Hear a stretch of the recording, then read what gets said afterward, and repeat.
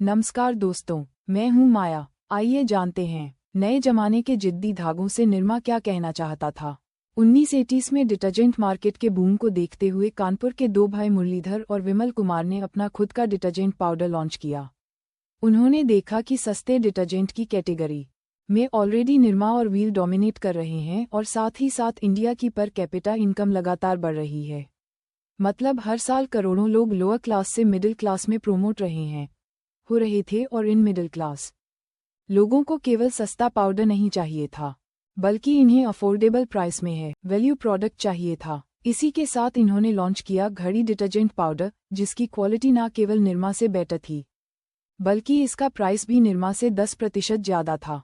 जिस कारण customers automatically घड़ी को बेटर क्वालिटी वाला डिटर्जेंट मानने लगे और इस 10% एक्स्ट्रा प्राइस के चलते घड़ी ने अपने डीलर्स और रिटेलर्स को कंपटीशन से ज़्यादा कमीशन दिया, जिस कारण ये रिटेलर्स कस्टमर्स को सबसे पहले घड़ी डिटर्जेंट रेकमेंड करने लगे और सेल्स ऑर्गेनिकली बढ़ने लगी।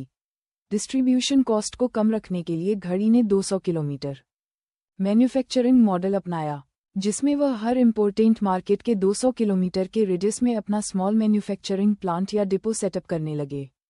इससे घड़ी का स्टॉक हमेशा हर एक दुकान में अवेलेबल रहता था और शिपिंग में भी पैसे बचते थे। फाइनली घड़ी ने अपने एड कैंपेन्स में एक ऐसा जिंगल यूज़ किया जिसने कस्टमर्स को मैग्नेट की तरह खींच लिया, और वो जिंगल था।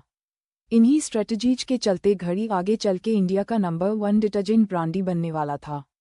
दूसरी तरफ निरमा 1990s में लगातार मार्केट शेयर लूज कर रहा था और सर्वाइव करने के लिए उन्हें मेजर चेंजेस की ज़रूरत थी। सबसे पहले तो उन्हें अपने प्रोडक्ट में सोडा ऐश की क्वांटिटी कम करने की ज़रूरत थी, क्योंकि इसी से हाथों में इरिटेशन होता था और लॉन्ग टर्म में कपड़े भी डैमेज होते थे। साथ ही फ्रेग्रेंस और एक्टिव डिटर्जेंट की क्वांटिटी भी इंक्रीज करना इम्पोर्टेंट था। उस दौरान निरमा ने शमशका मार्केटिंग कंसल्टेंट्स नाम की एजेंसी से एक मार्केट सर्वे भी करवाया था, जिससे पता चला था कि ज़्यादातर कस्टमर्स एम्बेरेस्ड फील करते थे कि वो निरमा यूज़ करते हैं।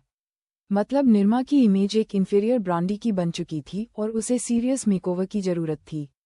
इसलिए निरमा को अपनी पुरानी हो चुकी पैकेजिंग को बेटर बनाया चाहिए था ताकि वो इन्फीरियर न लगे। और फाइनली नए एडवर्टाइजिंग कैंपेन्स लॉन्च करके व्हील और सर्फ के एड कैंपेन्स को काउंटर भी करना चाहिए था और अपने प्रोडक्ट को केवल एक चीप डिटर्जेंट की जगह एक वैल्यू फॉर मनी डिटर्जेंट की तरह पोजीशन करना चाहिए था। लेकिन निरमा ने इनमें से कुछ भी नहीं किया। अपने कोर प्रोडक्ट पे फोकस करने की जगह उन्होंने सर्फ को बीट करने के लिए प्रीमियम डिटर्जेंट मार्केट में एंट्री ले ली, जिससे सिचुएशन और बिगड़ गई। मिड 1990s में उन्होंने अपना निरमा ब्लू पाउडर लॉन्च किया, लेकिन इस समय तक प्रीमियम डिटर्जेंट मार्केट में केवल सर्फ नहीं बल्कि एरियल भी अपने पैर जमा चुका था और इन दोनों के कंपैरिजन में निरमा ब्लू ने कुछ भी नया और बेटर ऑफर नहीं किया था। लेकिन प्रोडक्ट से बिजनेस दादा निरमा ब्लू का परसेप्शन खराब था। जहां HLL ने जानबूझ के अपने प्रीमियम डिटर्जेंट और अफोर्डेबल डिटर्जेंट का नाम बिल्कुल अलग रखा था, वहीं निरमा के प्रीमियम डिटर्जेंट के नाम में भी निरमा इंक्लूडेड था, जिस कारण कस्टमर्स इसे भी एक इंफीरियर प्रोडक्ट की तरह ही परसीव करने लगे और निरमा ब्लू भी कुछ ही सालों में फेल हो गया। सिमिलरली निरमा ने और भी प्रोडक्ट्स लॉन्च किए, जैसे Nirma bathing soap, Nirma hair oil, Nirma shampoo और निरमा टूथपेस्ट। उन्हें लगा कि इन सभी प्रोडक्ट्स को निरमा की पॉपुलर ब्रांडिंग का फ़ायदा मिलेगा, लेकिन हुआ इसका बिल्कुल उल्टा। पहले तो जो लोग निरमा के ब्रांडी को पसंद करते भी थे, वो उसे केवल डिटर्जेंट प्रोडक्ट से ही रिलेट कर पाते थे।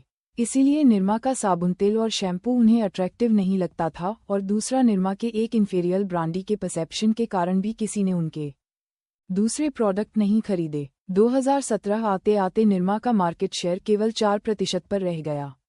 ब्रांडी को रिवाइव करने के लिए इन्होंने निरमा एडवांस लॉन्च किया और ऋतिक रोशन से इसका ऐड भी करवाया।